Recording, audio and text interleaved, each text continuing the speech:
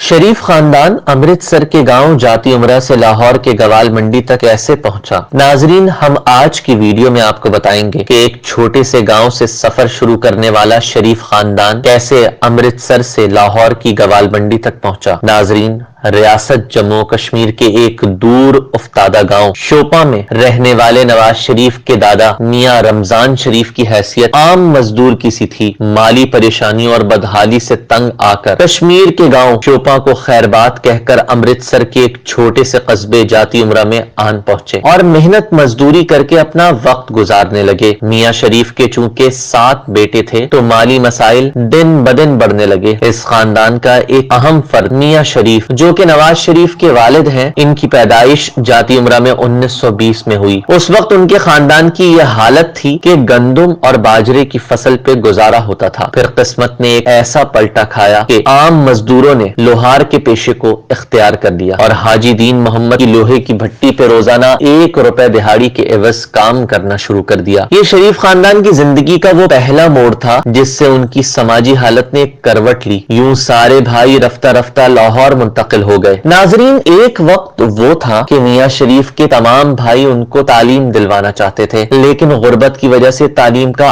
آغاز تو کیا لیکن انہیں فیس معاف کروانا پڑی۔ یوں ایک دن وہ پڑھ لکھ کر دوبارہ حاجی دین محمد کی فیکٹری میں ملازم بھرتی ہو گئے اور پھر ایک روز ریلوے روڈ پہ واقع ایک ہندو ملاوا رام کی جگہ کو 13 روپے ماہانہ کرائے پر لیا اور اپنی بھٹی کا آغاز کیا۔ میاں شریف نے اپنے تمام بھائیوں کو بھی اپنے ساتھ بھٹی کے اس کام میں ملا لیا۔ میاں شریف کی خوش قسمتی تھی کہ بھٹی میں کام کرنے کے لیے افرادی قوت بھائیوں کی صورت میں مہیا تھی۔ اس بھٹی نے شریف خاندان کی زندگی بنانے میں اہم کردار ادا کیا اور پھر ایک مزدور سے بزنس مین کو اسی بزنس کو بڑھاتے بڑھاتے لاہور کی گوال منڈی میں جگہ لے لی۔ پاکستان کے 3 بار وزیر اعظم بننے والے میاں نواز شریف دسمبر 1949 کو اسی گوال منڈی کے گھر میں پیدا ہوئے۔ یوں ترقی کرتے کرتے 1970 میں شریف خاندان نے اپنی رہائش کے لیے ماڈل ٹاؤن کو منتخب کیا اور اس وقت 7 بنگلے خریدے۔ آج بھی یہ خاندان یہاں